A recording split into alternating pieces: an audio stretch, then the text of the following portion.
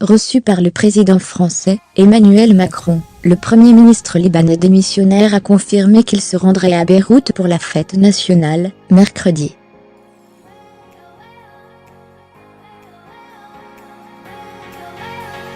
Le Monde/vertical.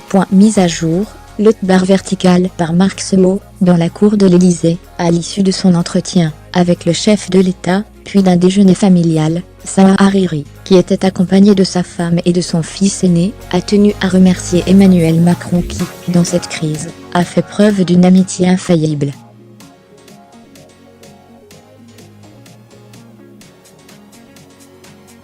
Et de rappeler que la France a montré encore une fois la grandeur de son rôle dans le monde et la région.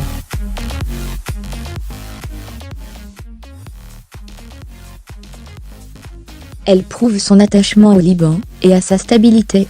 Il était arrivé samedi matin depuis Riyad.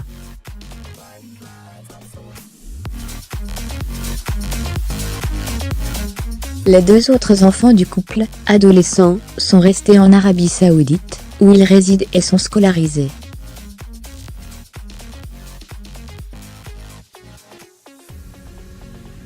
Lire aussi ce qu'il faut retenir de l'affaire Saad Hariri. Ahlan wa sahlan. Bienvenue à Paris. Saad Hariri, avait tweeté le président Macron, en postant une vidéo tournée dans l'Élysée.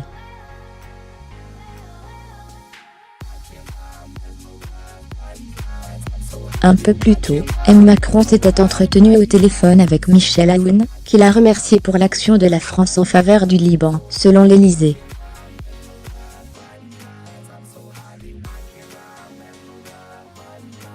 Ancienne puissance mandataire du Liban, la France a joué les médiateurs et le président Macron a invité à Paris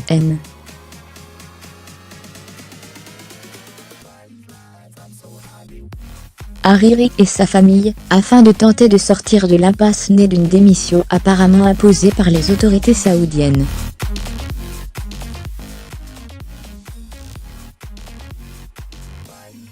Le séjour prolongé de Hariri en Arabie Saoudite, et le fait qu'il ne soit pas revenu au Liban, pour remettre par écrit sa démission au président, comme le veut la tradition, ont fait l'objet d'intenses spéculations.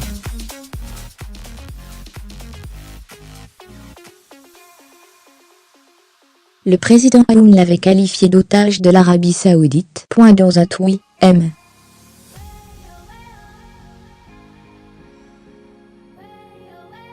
Hariri avait affirmé que son séjour à Riyad visait simplement à mener des consultations concernant l'avenir du Liban et ses relations avec ses voisins arabes.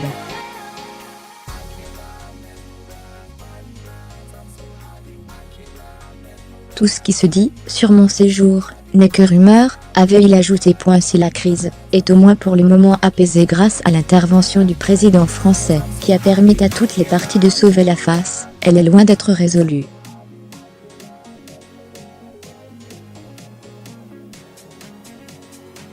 En annonçant sa démission, Hariri avait invoqué la mainmise du Hezbollah, membre du gouvernement et soutenu par l'Iran, sur la vie politique au Liban, et des craintes pour sa vie, au moment où Riyad fulminait contre les ingérences prêtées au rival iranien dans la région.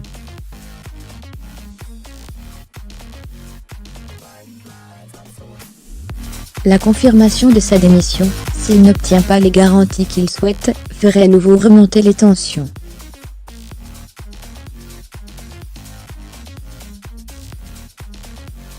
Le Liban a besoin d'un État fort pour faire vivre son modèle de coexistence communautaire, et il est essentiel de protéger le Liban des crises régionales, souligne l'Élysée, qui évoque une possible réunion prochainement, dans la capitale française du groupe international de soutien au Liban, qui réunit notamment les États-Unis, l'ONU, l'Union européenne et divers pays de la région, mais aucune date n'a été fixée.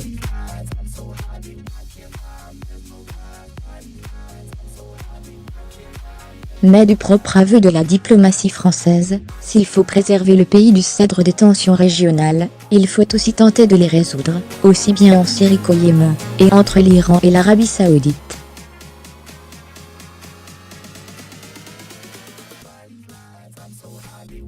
Jeudi, le chef de la diplomatie saoudienne s'en est violemment pris au Hezbollah. C'est une organisation terroriste de première catégorie, a-t-il soutenu, l'accusant d'avoir pris en otage l'État au Liban, et d'être devenu un instrument aux mains de l'Iran.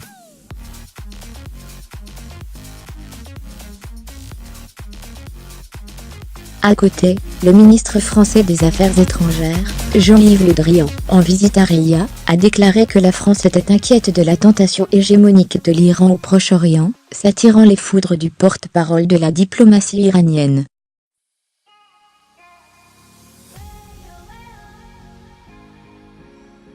Lire aussi, Paris sauve la face de l'Arabie Saoudite en exfiltrant Saad Hariri. Dans ce climat, la visite à Téhéran de M.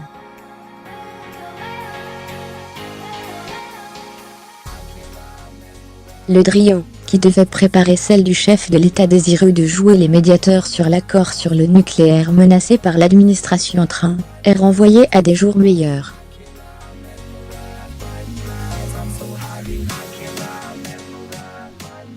Emmanuel Macron, en marge du sommet social européen de Göteborg, n'en avait pas moins rappelé vendredi sa volonté de dialoguer avec l'Iran.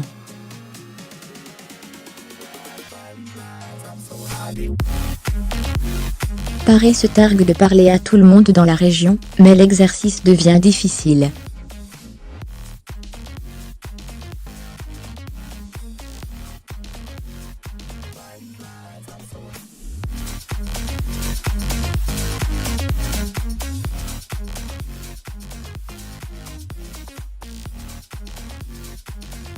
Le président français, qui partage les préoccupations américaines et saoudiennes sur le programme balistique iranien, et son hégémonie croissante sur la région, veut compléter l'accord sur le nucléaire de juillet 2015.